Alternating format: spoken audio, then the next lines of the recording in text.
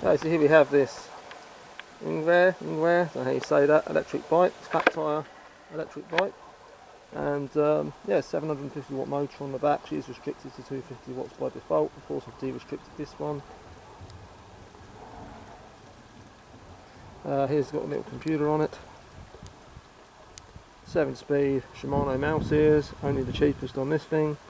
£1,000 one of these.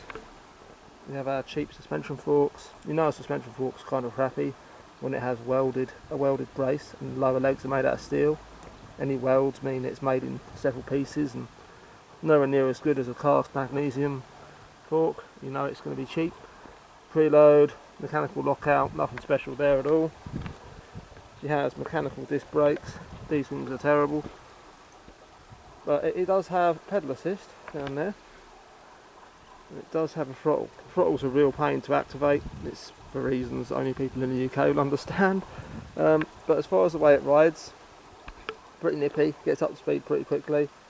And yeah, not actually a bad ride. It's just to do with a few upgrades. Gears are a bit naff, brakes are a bit naff, things like that.